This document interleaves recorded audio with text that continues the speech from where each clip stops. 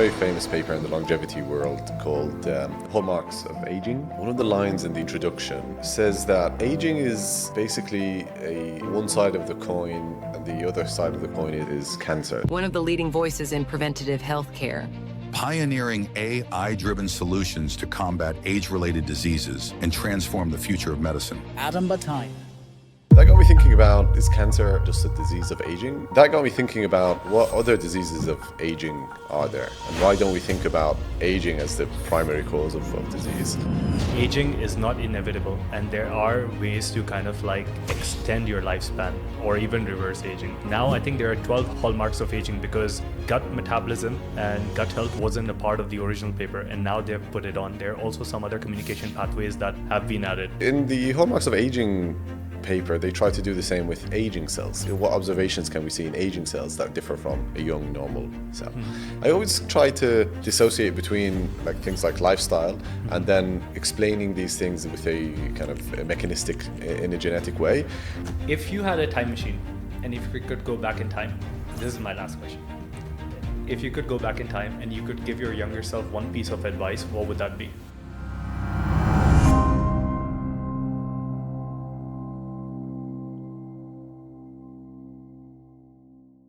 Adam, welcome to the show. How are you today?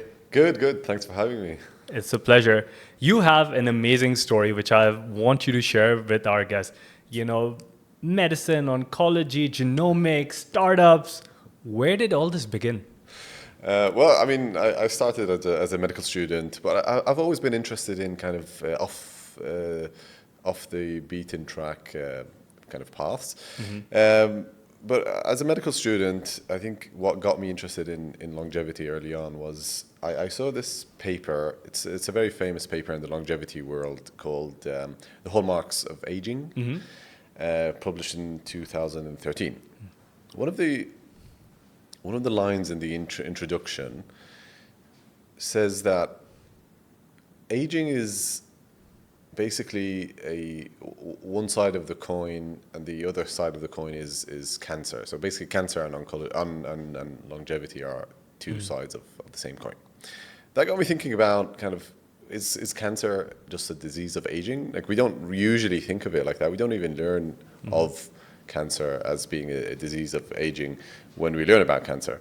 I ultimately, went on to study cancer and. I have a postgrad certification in cancer, and I specialized in cancer. But that got me thinking about what other diseases of aging are there, and why don't we think about aging as the primary cause of disease? And that, I think that view is starting to change. But if you look at primary diseases of aging like cancer, heart disease, kidney dysfunction, lung problems, heart disease, metabolic dysfunction, age is the number one factor when it comes to development of these diseases. So that got me interested in longevity. I ultimately went on to leave medicine for a bit and focus on health tech.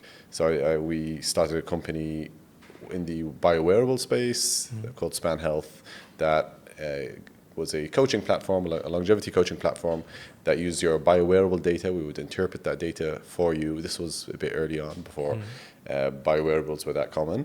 And then we would give you recommendations based on that. We eventually got acquired, and then I went back to medicine, and then started a new venture, which is an online longevity clinic based out of the UK. Wow, exciting journey. You mentioned that paper. A lot of people, especially in the biohacking world, became more curious after that paper came in, because somewhere, if I can remember it right, in that paper, it was mentioned that aging is not inevitable, and there are ways to kind of like extend your lifespan or even reverse aging. And they talk about these 9 hallmarks of aging. But I think recently they have updated this even more. Now I think there are 12 hallmarks of aging because gut metabolism and gut health wasn't a part of the original paper, and now they've put it on. There are also some other communication pathways that have been added, correct? Yeah, I mean, look, the way to think about the Hallmarks of Aging paper is in the context of, it actually is there's an earlier paper called the Hallmarks of Cancer. And the Hallmarks of Cancer paper was a seminal paper in oncology that explained the different kind of observations that we see that differentiate a cancer cell from a normal cell, right?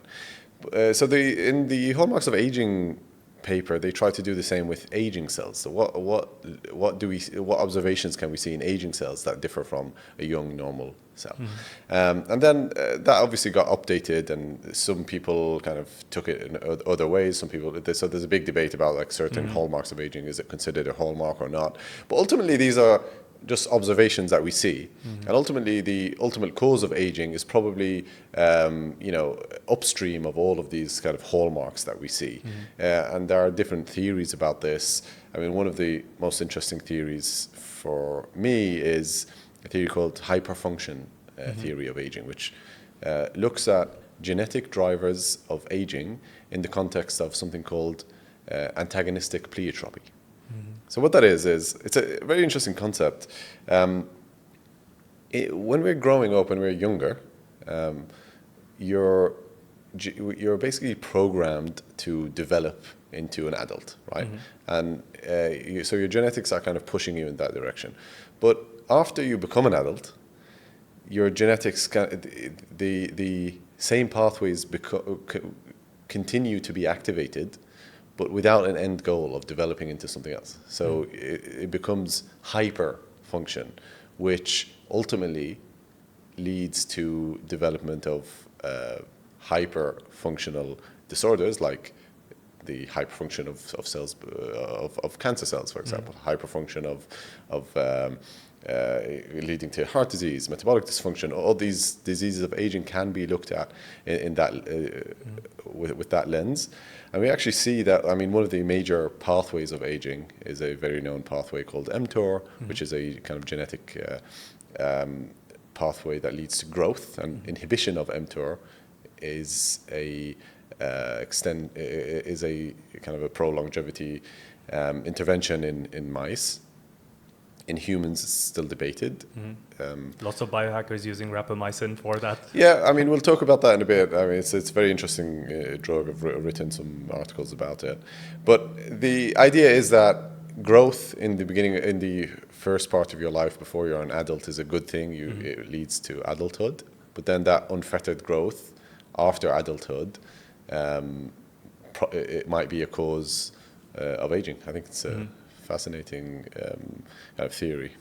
It's interesting because also when we're programmed, so the way I look at it is like with evolution, all of the things that were like humans had to do were really hard. So you had to, hike 6, maybe 4 hours, 5 hours. You had to walk, you had to hunt, you had to do all these things. And all of those things required excess amounts of energy. Still, excess amount of food wasn't available. And now excess amount of food is available, but we aren't using any of that. So this again, just a calorie surplus by itself, which most people have in these days where we can tap an app and get the pizza or burger or even like salads. Sometimes people overdose on like salads. That causes a caloric surplus, which can then cause an mTOR spike. And because people aren't doing the lifestyle things, we're so mismatched from what we have evolved to be like. And now, 9 hours on in a desk sitting, hunching your back, looking on Instagram or like typing, looking at just one single source of like screen is so common. Yeah, well, I mean, while I agree with the general your general take, I always try to kind of dissociate between kind of what we like things like lifestyle, and then explaining these things with a kind of a mechanistic genetic in a genetic way. The reason for that is these things are biology is super complex, and when you look at cellular biology, it doesn't come down to one pathway like mTOR or whatever. Or there's loads of pathways within cells that lead to growth, and inhibiting one pathway leads to overactivation of a different pathway, and then if you have multiple cells on an organism on an organ level, you have different phenomena, and then on an organism level, you have different phenomena. So it really is difficult to kind of translate things like, overeating to simply as, overactivating mTOR, which leads to aging. there's loads of kind of complexity in between. But I definitely agree that abundance of energy leads to kind of putting shifting our body environment into that kind of harmful place of hyperfunction instead of being in a kind of restricted energy state where where it's less pro-inflammatory and healthier on the long term. I mean, there are studies to show that calorie restriction, for example, is a very powerful intervention to lower all types of metabolic dysfunction markers like insulin resistance, cholesterol markers, and on the long term, it seems to extend life as well in other organisms like mice and fruit flies. Yeah. So there is this concept, right? Because a few years ago, when this concept of mTOR was rising in popularity, there were two schools of thought, and maybe now there are three. So I just want to share this with you, and I want to get your take on it. So one school of thought says calorie restriction is good, and mTOR restriction is good. And then, you have things like metformin, rapamycin, all of these things that inhibit mTOR. And but there is a downside to it, because inhibiting mTOR too much means that you can become frail over a long period of time, which is your mitochondrial health. And correct me if I'm wrong, your mitochondrial energy production will be compromised. The effects that you might have from going to the gym, endurance, strength training, any kind of training will also be compromised. And then that could eventually lead you becoming, or you aging a little bit faster. And then there's other concept of muscle-centric medicine, where people are talking about, okay, you know what? Even if you increase mTOR, if you're increasing mTOR to gain more skeletal muscle mass, which will then become a glucose disposal agent because muscle is a glucose disposing agent, it's going to be better off in the long run. So I met two different kinds of people. One who've got really skinny, saying that, mTOR is really bad, and they lost a lot of muscle. And then one group of people who were like, you know what, for lack of a better word, fuck it. I'm just going to make sure that at least I'm doing it the right way. Because even when you, correct me if I'm wrong, when you look at two groups of macronutrients like protein, amino acids, and carbohydrates actually raise mTOR much more than amino acids, apart from leucine specifically. So what's your take on is having mTOR and muscle good, or?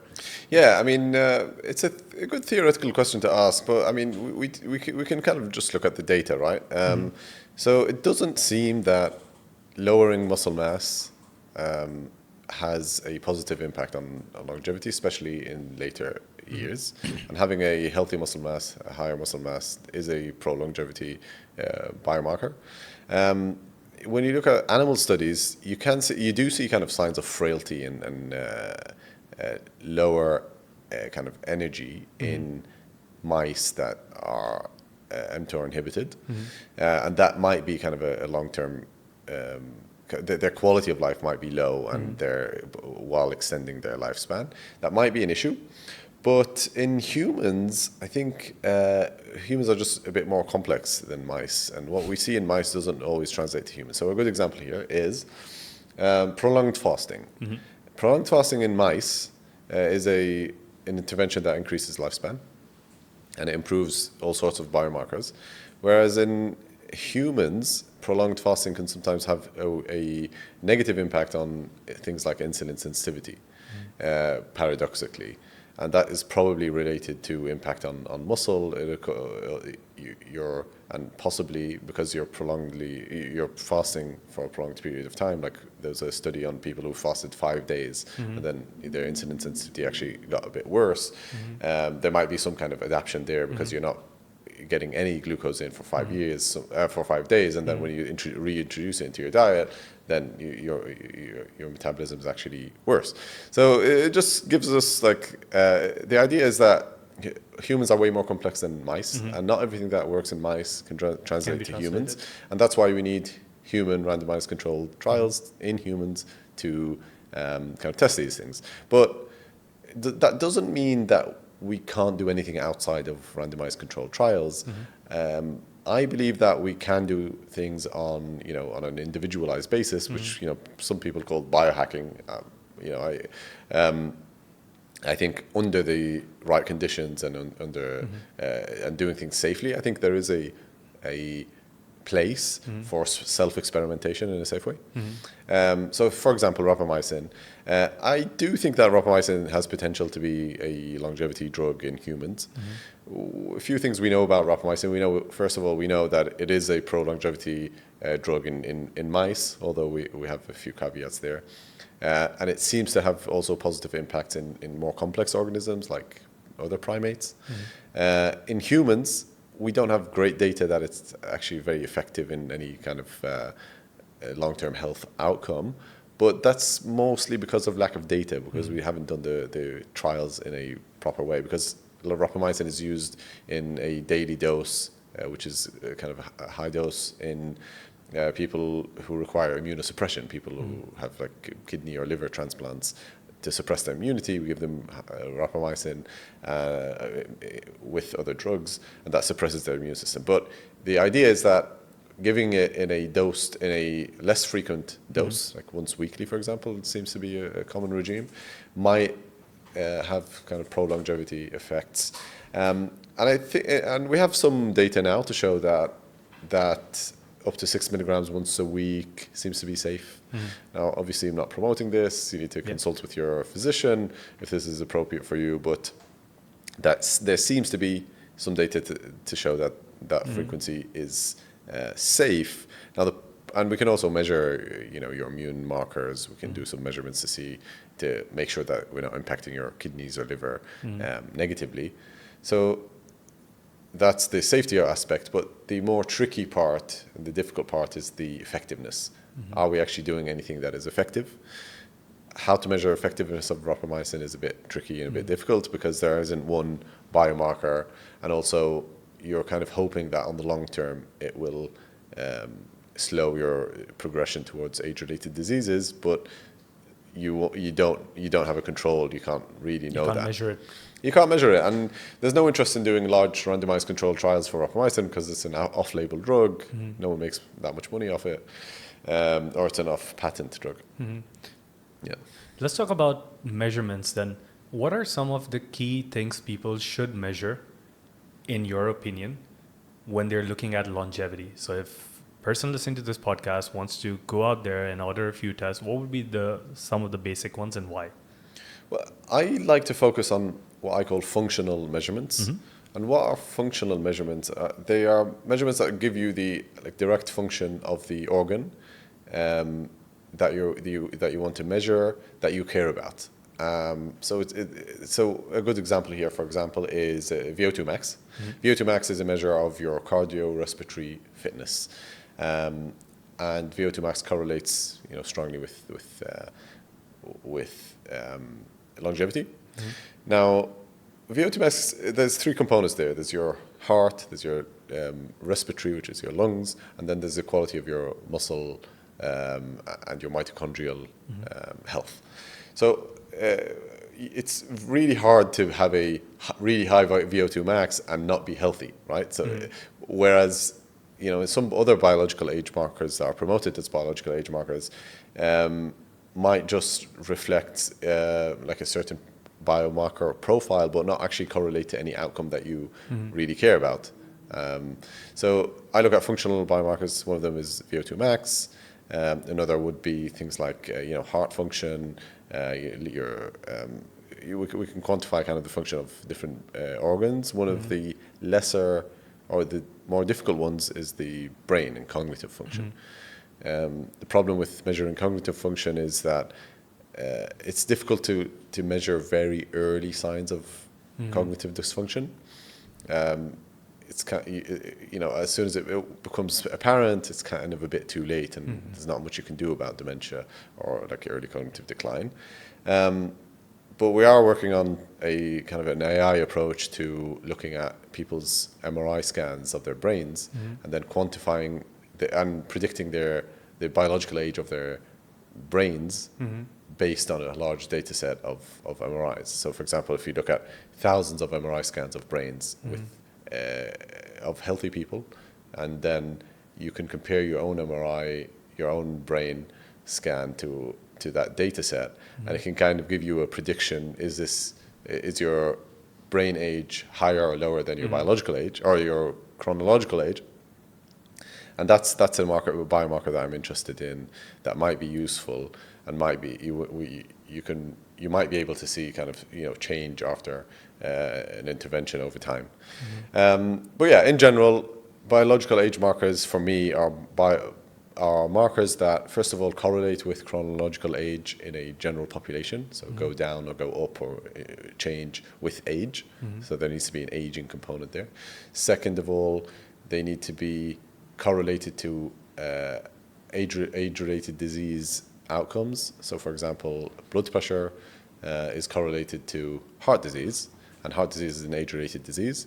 And the third criteria that is very important is we need evidence that improving that biomarker actually improves your risk of disease down the line. So lowering your blood pressure to a healthy level if you have elevated blood pressure improves your risk of heart disease and lowers it, which is what you care about. Whereas like epigenetic age clocks, for example, while they might be useful in the future, right now we don't have any good evidence to show that improving these biomarkers actually leads to anything that you care about. Like, does improving my biological age, my like pace of aging clock, for example, does that actually lower my risk of disease in the future? No one knows.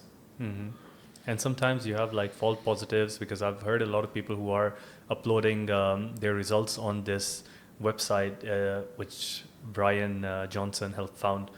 It's called the Pace of Aging. I don't remember the website, but like these guys are seeing how fast they're aging, and sometimes some of them who don't do any kind of biohacking or just living normal lives, their pace of aging is much lower than some of the guys who are spending like millions of dollars. Yeah, and you can explain that by saying like a big driver of health and longevity is genetics, and that's true.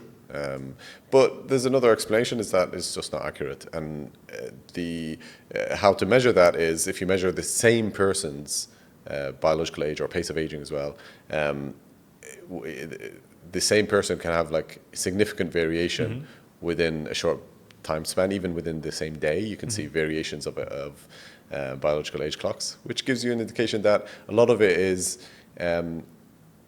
the kind of change in your body environment when it comes to inflammation, hormones, etc. These things influence biological age clocks quite significantly. So, in my take is that it's a nice to have if you want to spend the money, and the way to think about it is after you've done the kind of more important biomarkers, then you can add on biological age clocks, doing multiple and seeing an improvement over time in multiple biological age markers might give you an indication that at least you're trending in the right direction.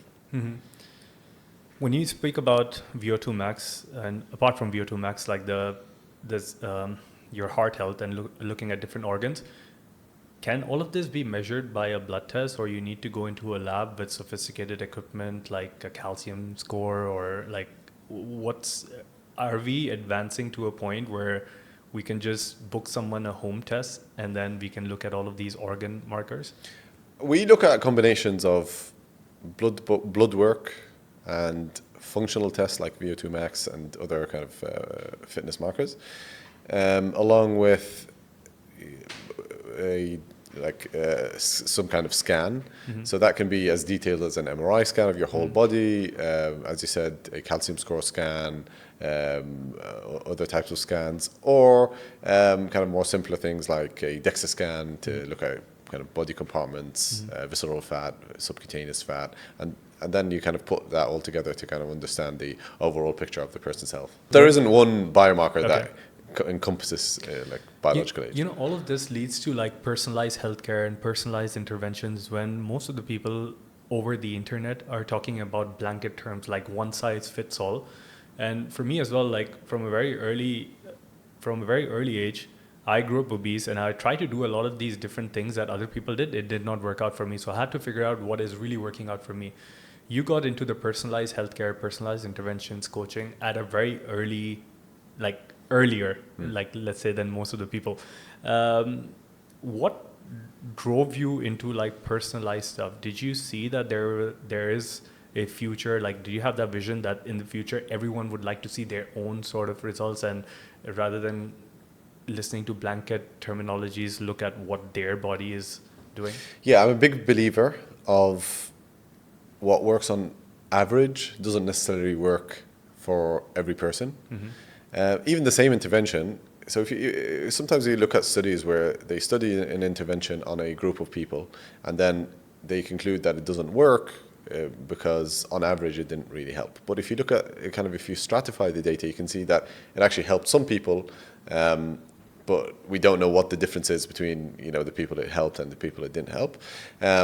But if you were in that group of people the intervention helped, you probably want that intervention because it might not work on average, but it can work for you. So that's why I think designing N of one experiments that are safe is something that healthcare lacks due to constraint of resources mostly. So I'm a big believer of that, but I'm also a believer that, or what I've seen is that there's so much data out there, and if you're not specialized in this stuff, it can be very overwhelming, to the point where people actually, it can have an adverse effect on people's health and well-being. So the way we try to frame it is that just outsource all the data that you care about to us or someone who can help you interpret the data, and then all you need to know is there any ticking time bombs, anything that I need to address right now? Is there any insights that can help me understand my body? And then are there any actionable steps that I can take to improve those biomarkers? So you guys have seen a lot of data, with one of your earlier companies, you were extracting all of this variable data, as you mentioned. What were some of the, we all see that less sleep equals less performance in exercise. So most people know all of these things. Were there some weird or shocking things that you saw which you did not expect or your team did not expect? Yeah, there's loads of interesting small variations and small experiments that we used to recommend with people. Most of them were organizing your life around the natural circadian variation of the day. And it was so impressive and so amazing how doing simple things like making sure that you eat most of your food during the day instead of at night. Things like movement in the early time, the early hours of the day, and getting sunlight, getting exposure to sun, and then doing the reverse at night. How it just improves all of your biomarkers, your sleep score, your deep sleep, REM sleep, HRV improves, your resting heart rate goes down. That was that really showed me the impact of living within that natural circadian within your natural circadian rhythm and taking that into consideration.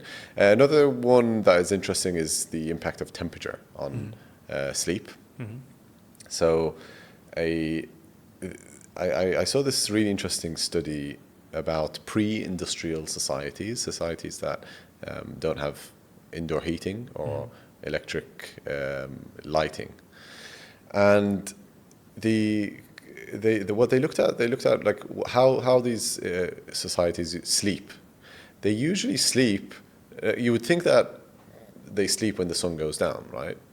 But it actually is not the case. They usually go to sleep 3 hours after the sun goes down, and it's usually when the temperature starts dropping. So temperature is a bigger cue for your internal biology your temperature drops, tells your internal biology that you need to go to sleep, and you need to drop your body temperature in order to go to sleep and get enough deep sleep and REM sleep. So that was an interesting point. And once we started kind of coaching people to think of their internal or like indoor heating in that way, like cooling off at night and in their sleep environment, that like has a huge impact on sleep markers. Interesting. Maybe that's also the same reason why eating earlier, like 3 to 4 hours before, and when your food is already digested, your sleep, like your core body temperature will decrease. Exactly. Having things like glycine, which is an amino acid which also reduces the body temperature, helps you fall asleep faster. Your sleep latency is higher. 100%. And sleeping in a cooler room.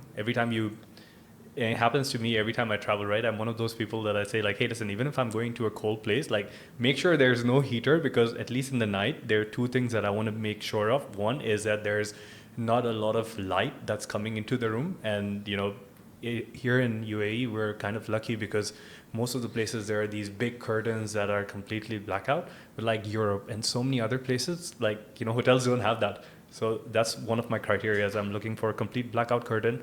And there have been points where, I've taken garbage bags and stuck them on the windows because, light is such a big, light and temperature, both of them are such big cues. And then food as well. Yeah, 100%. Also, interestingly, it's when your core body temperature decreases and your, melatonin is also increasing at the same time. So you fall asleep, and as you're about to wake up, your core body temperature increases, right? And that also signals your body and the environment as well, because the sun is about to rise. It's so beautifully tied in that, if you just look at how we were supposed to be in nature, and of course, better living with science is always encouraged. But when you go back to the basics, like everything's there. Yeah. Most of the things are there. 100%. Another thing that I also learned is that you can only do so much with biowearable data as they are currently. And that's why right now we only focus on blood biomarkers and lab-based tests, because those are still really like way more informative when it comes to long-term health than your kind of day-to-day biowearable data.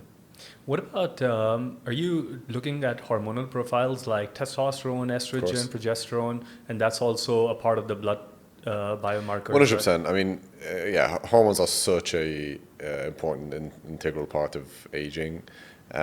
So that's not an area of kind of specialty of mine as a physician, but it is definitely something that is that we test and take into account. What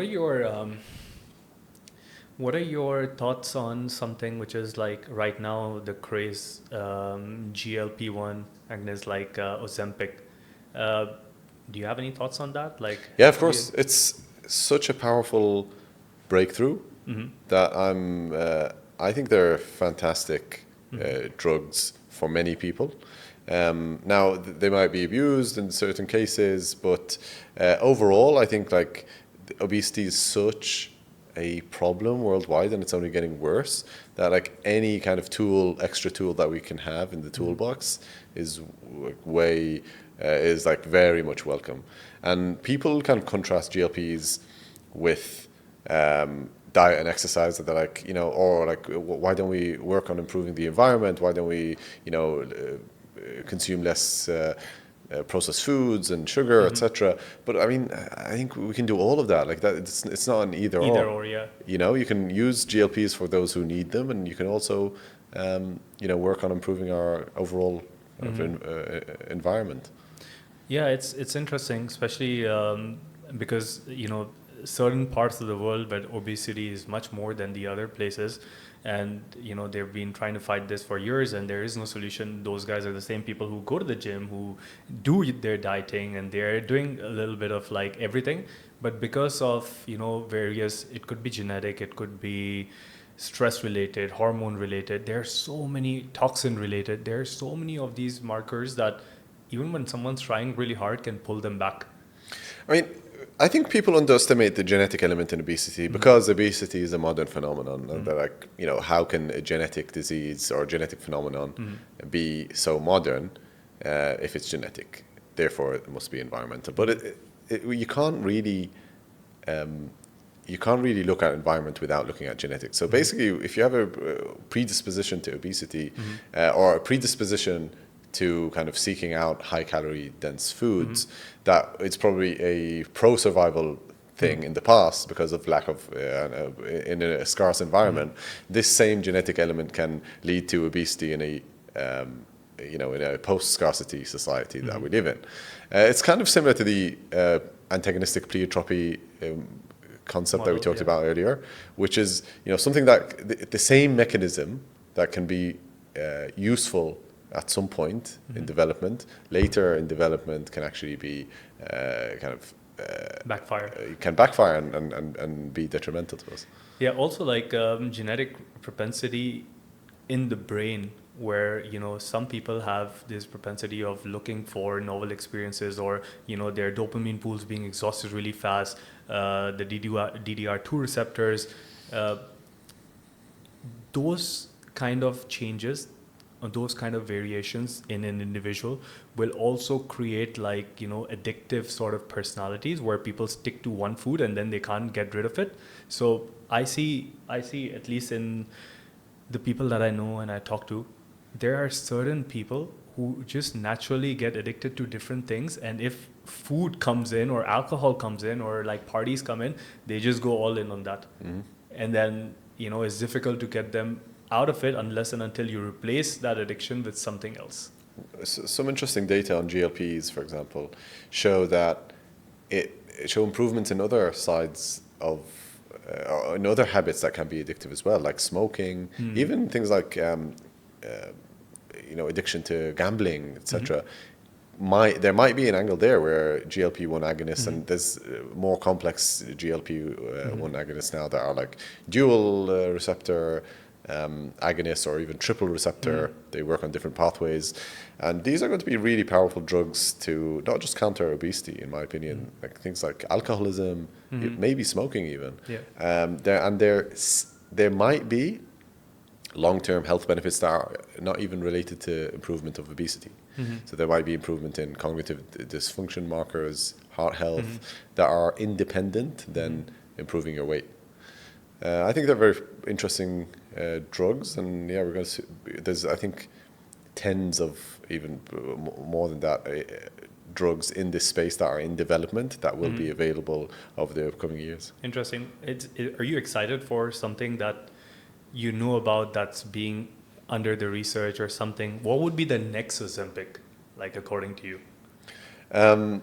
I guess there are certain biomarkers of aging that are kind of increase your risk of disease that are difficult to move and difficult to improve. But there are like drugs that are addressing these problems. So a good example is one of the biomarkers that people under measure, and especially in traditional medicine, is LPA, LP little a. And LPA is it's basically a measure of atherogenic particles, particles that kind of accumulate in your arteries and ultimately lead to atherosclerosis, hardening of your arteries, and ultimately heart disease and heart attacks. And up to recently, we didn't know how important this marker was and how closely it correlates with heart disease, and it's an independent risk factor, or kind of a special risk factor in this category, and it's usually driven genetically. So if certain individuals have a genetic predisposition to a high LPA level, which leads them to have a high risk of heart disease, targeting LPA with lifestyle interventions doesn't work because it's genetic. So these people need to live with it basically, but there are certain drugs that might improve LPA slightly, like PCSK9 inhibitors. There's an interesting study on aspirin that can possibly, like a low dose of aspirin can like possibly, a mini aspirin or a but like a baby aspirin, can improve risk of heart disease with people who have LPA, an elevated LPA.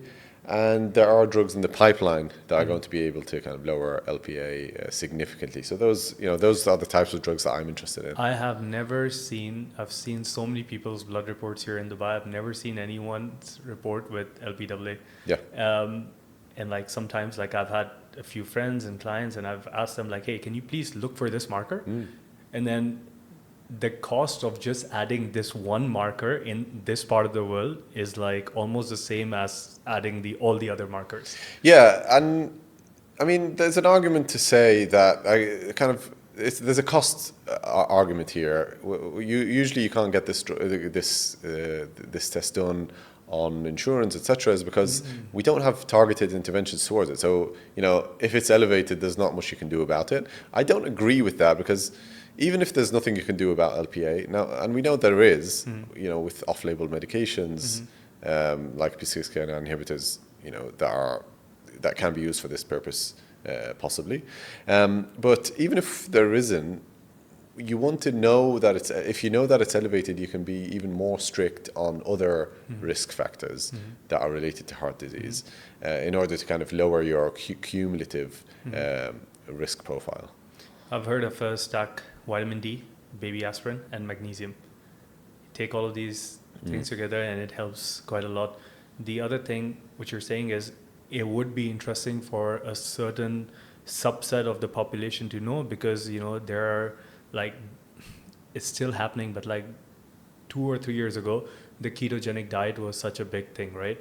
Almost everyone that I know about was trying ketogenic diet. Most of them were trying to, having a big block of butter, so like going dirty keto. And like, if you already have risk factors driving from your genetics for like cholesterol mechanisms, or like LPAA or ApoE, then you're kind of, if you don't know much about it, then it's going to do more damage in the long term.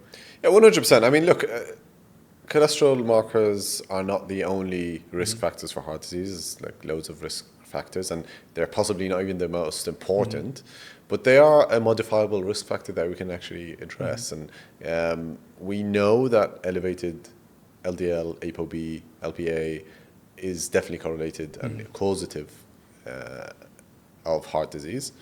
But there are other things like insulin resistance, high hypercholesteremia, hypercholesteremia, or hyperglycemia, which is increasing your blood sugar levels, high insulin levels. These are also strong risk factors for heart disease. Can these be modified easily? Like, the way I look at it is like, okay, we know a certain subset of problem exists. Like, now, what are some of the natural ways we can go about it?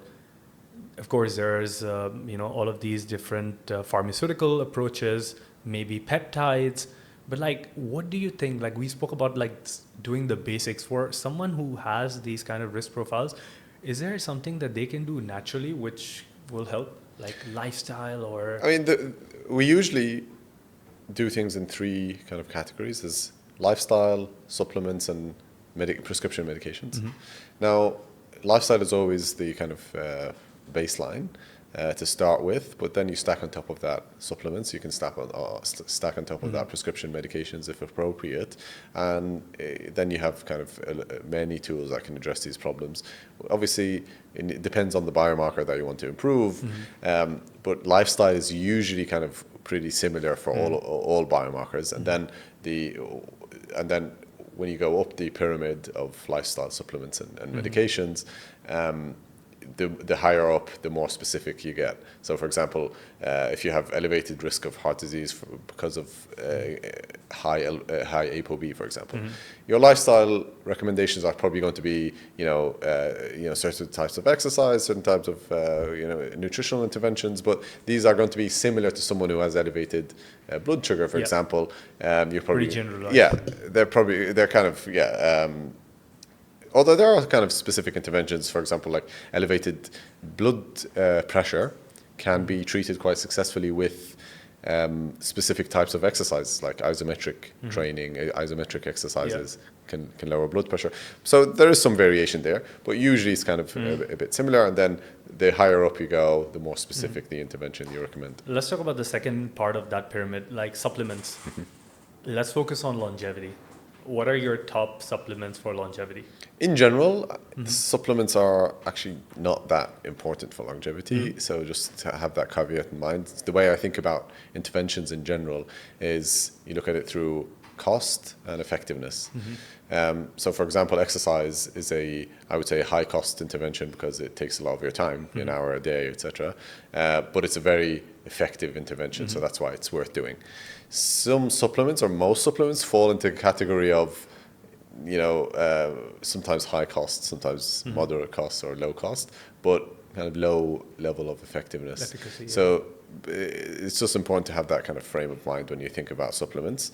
There are supplements that can be useful. So, a very common supplement that we recommend is creatine monohydrate, a very safe supplement. Although anecdotally, I have seen people have worse kidney markers on creatine levels, yeah. Now, there's some nuance here. I had this big debate on Twitter with some doctors who attacked me because I said that. Yeah. Because when you look at the research, there's a correlation between ingestion of creatine monohydrate and an increase in creatinine, which is a product that is filtered through your kidneys, and that's naturally increased when you increase your absorption of creatine, because it's a metabolite of creatine. But that doesn't actually mean that it's impacting your kidneys negatively. But we use a different measure that is not correlated to creatine, which is called cystatin C, which is a measure of kidney health. And usually you don't see a correlation between the two. I've anecdotally seen it in one or two cases. So that's why I always kind of caution just to get that measurement done if you're taking creatine regularly, just for the sake of mind. And it's probably my own bias, seeing these cases. But in general, it's a pretty safe supplement. And what it does is creatine basically acts as kind of this energy reserve that your muscles can access quickly. And it can help. So it can help kind of your improving muscle mass, metabolism, and there's some evidence to show that creatine can improve cognitive health as well. That's one. Another one is omega-3 fish oil. Now, this one is a bit tricky because it's not just take omega-3 for everyone. It depends on your biomarker that we measure is omega-3 index and omega-6-3 ratio. You want to get your omega-6 versus omega-3 ratio down as low as possible. Modern diets are usually high in but less than 3 is ideally where it should be. Usually it's difficult to do that without supplementation. If you eat a lot of oily fish, you can do it. Salmon, for example. Yeah. Excuse me. So omega-3 is something that we measure, and then we recommend a certain dosage based on your biomarkers. And there's certain forms of omega-3 that can be betterly absorbed into your cells, like the triglyceride form of omega-3 fish oils. Now, another supplement that I recommend often is, you can consider protein powders as a supplement. And they could be a good adjunct to people who are not ingesting enough protein to kind of support muscle mass and reduce muscle atrophy. The protein that I usually recommend is whey protein isolate. If you're a vegetarian, a rice pea blend of kind of 30% rice, 70% pea seems to be optimal when it comes to amino acid composition. That is quite comparable to whey protein. And then there's a bunch of other supplements. You mentioned magnesium. I think magnesium is definitely a interesting supplement because most people are kind of run low on magnesium, especially people who work out a lot. You can lose a lot of magnesium in your sweat, and you don't ingest that much of magnesium through diet. So supplementing with magnesium in the form of magnesium gluconate, glycinate, L-threonate can be a good source of magnesium as well. And then there's a bunch of other things depending on kind of your biomarkers as well. Cool. Adam, I can keep talking to you, and this could be a multiple, series podcast, but I think we should cut it for today. If you had a time machine, and if you could go back in time, this is my last question. If you could go back in time and you could give your younger self one piece of advice, what would that be? It's always a tough one because I wouldn't change a thing, but I also would change many things. So it's always difficult to answer that question. But I guess one piece of advice is that, it'll work out eventually, so don't stress about it too much. Okay, yeah. It all falls into place. It all falls into place, and you can't predict the future. Amazing. Adam, this has been fun. I'm sure the next time you're in Dubai, I'll catch you again for Absolutely. series 2 of this podcast. Before you go, where can people find you? Yeah, I'm on Twitter, so Dr. Adam Bat, Dr. Adambbat. Instagram, we'll put all the show. Yeah. Anything that you're working on that you would like people to go check out? Any of your new projects? Well, we're always working on improving our services at Numenor Health, which is my online longevity service based out of the UK. So that's sweet. So everyone check that out. We'll put the link in the show notes. Adam, once again, thank you so much. My pleasure. Shout out to Hani as well, who connected us. Appreciate him. And this is me, CJ, your host, signing out of the Shift with CJ podcast. Everyone have a great day, a great week, a great lifetime. And remember, eventually, it all falls into place. See you in the next podcast. Nice.